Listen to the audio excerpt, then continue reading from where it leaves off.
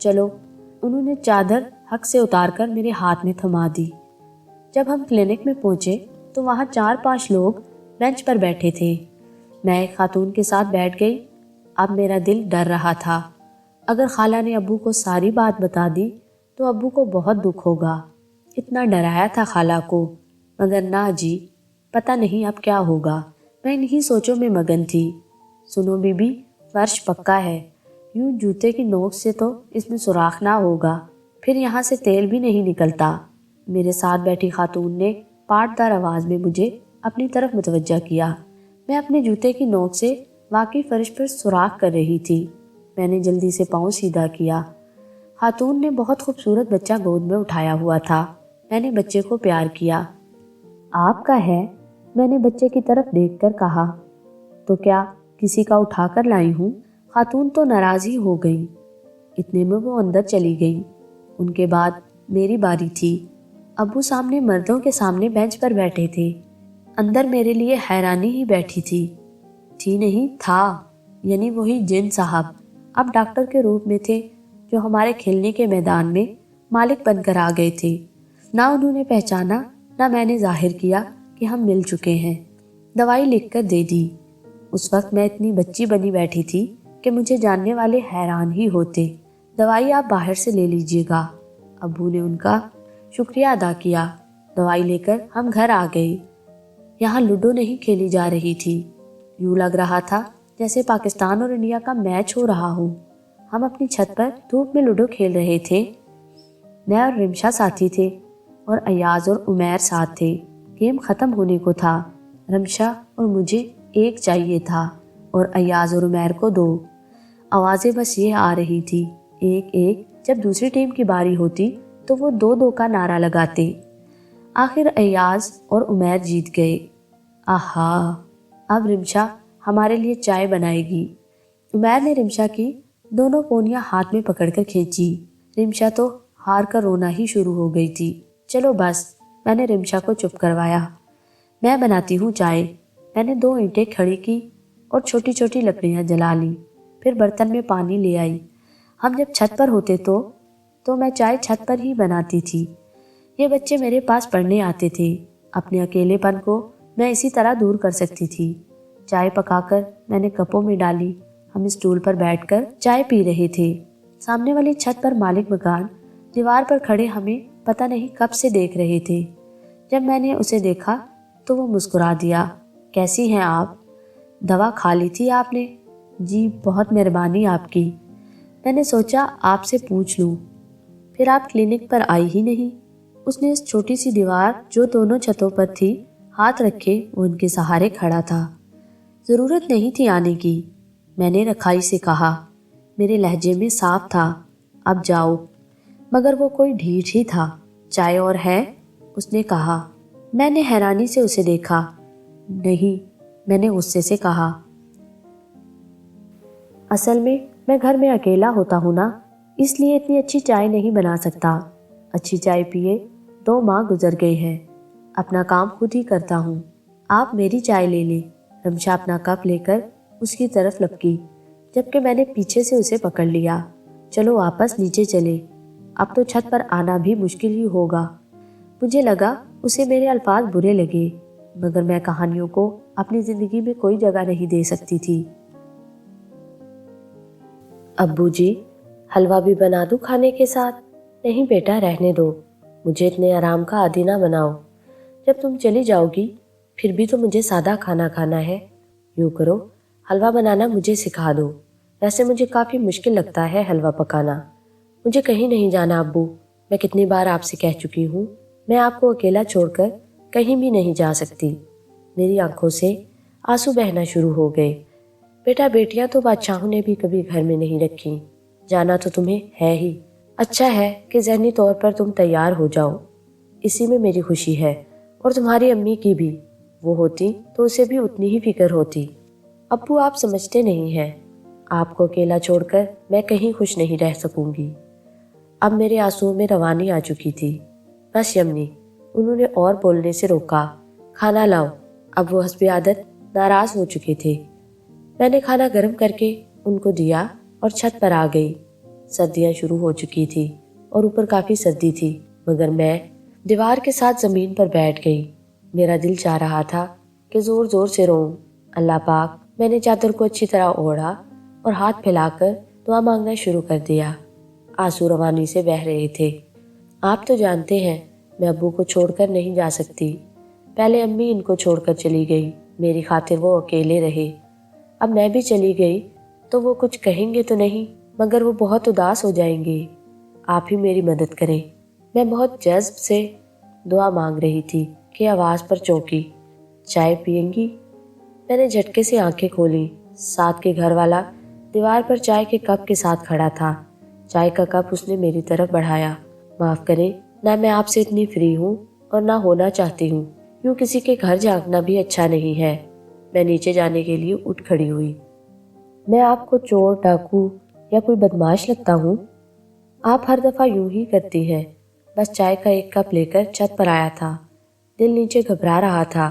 آپ کو دیکھا تو میں دوسرا کپ بھی لے آیا۔ چائے تو اتنی اچھی نہیں، مگر نیت بہت اچھی ہے، لے لے۔ اس نے کپ میری طرف بڑھایا۔ اتنی ضد اچھی نہیں، چلے آخری بار میری بات مان لے۔ اتنی محنت سے چائے لے کر آیا ہوں۔ میں حیرانی سے اسے دیکھ رہی تھی۔ اسے کون سی بات سمجھ آتی ہے؟ میں نے سوچا۔ بھاپ اڑا تھا کپ اس کے اور میرے درمیان تھا۔ بے میں نے کپ پکڑ لیا۔ چلے، مہربانی آپ کے کپ لینے کی، ورنہ میں سمجھا تھا کہیں پھینک ہی نہ دے۔ پتہ ہے، میری ایک چھوٹی بہن ہے، وہ بھی آپ کی طرح کافی جذباتی ہے۔ ادھر کسی نے چھوٹی سی بات کی، ادھر وہ رونا شروع کر دیتی ہے۔ نہ وہ سمجھتی ہے، نہ آپ سمجھیں گی۔ مگر آپ بتا سکتی ہیں کہ آپ کیوں رو رہی ہیں؟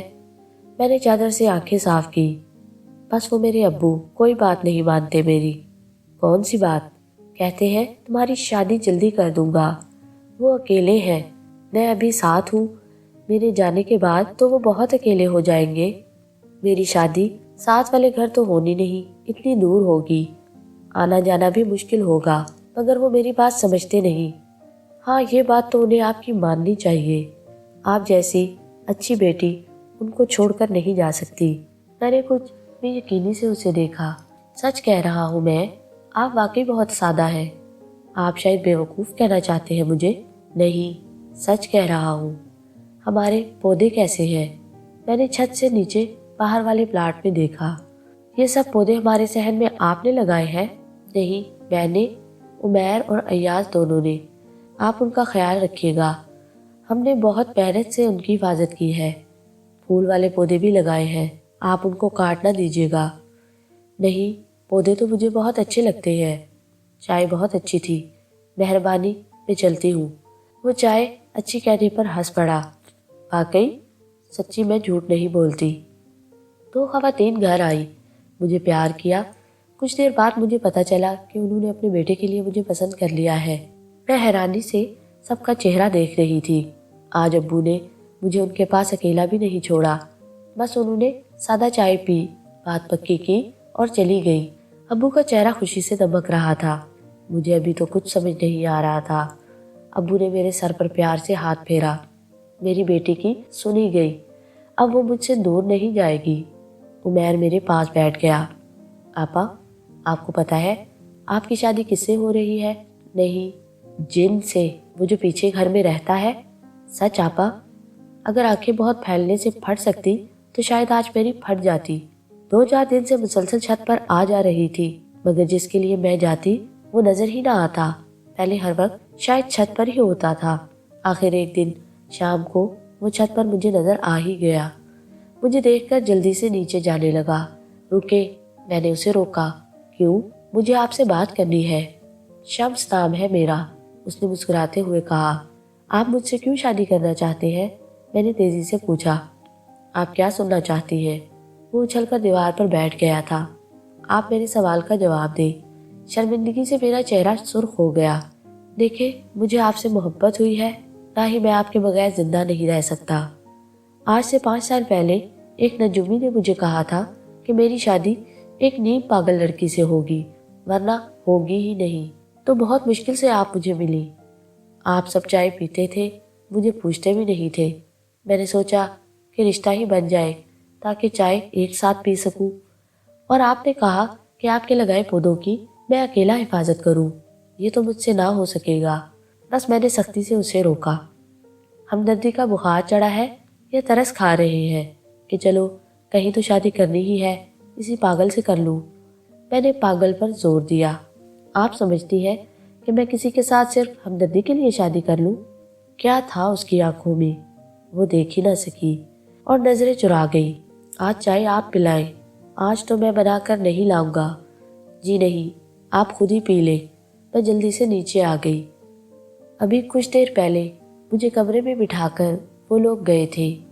میں جلدی سے اٹھی، کمرے کو دیکھا، وہ واقعی بہت اچھا سجایا گیا تھا۔ میں کمرے میں چہل قدمی کر کے اس کا انتظار کر رہی تھی۔ دروازہ کھلا اور شمس اندر داخل ہوا۔ مجھے پتا تھا جس سے میں نے شادی کی ہے وہ آج بھی ایک جگہ نہیں بیٹھی ہوگی۔ دیکھا میں آپ کے بارے میں کتنے درست اندازے لگاتا ہوں۔ میں آپ کا انتظار کر رہی تھی۔ اچھا، اس نے اچھا کو لمبا کیا۔ جلدی کرے، یہ ہار وغیرہ اتارے۔ میں اپنا لہنگا سنبھالتی ہوئی آگے بڑھی۔ بات کیا ہے؟ اس نے گلے سے ہار اتارے۔ آج میں آپ کی بہت بڑی خواہش پوری کروں گی۔ کیوں؟ آپ نے مجھ سے شادی کی، اب ابو مجھ سے اتنی دور بھی نہیں ہوں گے، جب چاہوں ان کے پاس جا سکتی ہوں، تو آج آپ کی خواہش پوری کروں گی۔ میں نے مسکراتے ہوئے کہا، خیر ہو، مگر میں آپ کو آپ کے ابو سے ہی نہیں اپنے آپ سے بھی دور نہیں کرنا چاہتا تھا۔ اس نے میرا ہاتھ پکڑا اور یقین سے کہا، چلے۔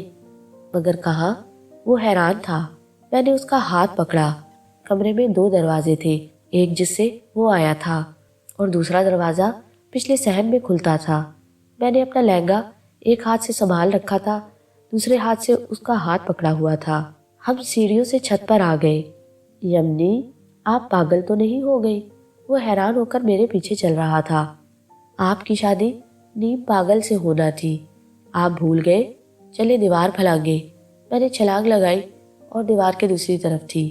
جب وہ بھی وہاں پہنچا تو ایک ٹیبل پر موم بتیاں جل رہی تھی۔ عمیر، رمشا اور ایاز وہاں سٹول پر بیٹھے سردی سے ٹھٹر رہے تھے۔ یہ کیا یمنی؟ وہ ناراض ہو کر پوچھ رہا تھا۔ یہ ان لوگوں کی خواہش تھی۔ آپ ہمارے ساتھ چائے پینا چاہتے تھے نا؟ اگر ان کو سردی لگ گئی، اس نے ناراضی سے کہا، چلے ناراض نہ ہو، چائے ہم فلاسک میں لائے ہیں۔ چلے جی۔ سب نے اپنا اپنا کپ پکڑا۔ چاند کی روشنی پھیلی ہوئی تھی۔ اس نے یمنی کو دیکھا، چائے اچھی ہے نا؟ وہ دونوں ہی کہکا لگا کر ہنس پڑے۔ معصوم بچے ان کو حیرت سے دیکھ رہے تھے۔ یہ تھی آج کی ایک اور سویٹ سی کہانی۔ کہانی پسند آئی ہو تو اسے لائک اور چینل کو سبسکرائب کرنا نہ بھولیے گا، اور آئندہ آنے والی سٹوریز کو بر وقت دیکھنے کے لیے بیل نوٹیفیکیشن کو آن کر دیجیے گا۔ ایسی ہی خوبصورت کہانیاں سننے کے لیے جڑے رہیے ہمارے چینل کے ساتھ۔ اپنی ہوسٹ مینا کو دیجیے اجازت۔ ملتے ہیں کسی اور دن، کسی اور موڑ پر، کسی اور کہانی کے ساتھ۔ اللہ حافظ۔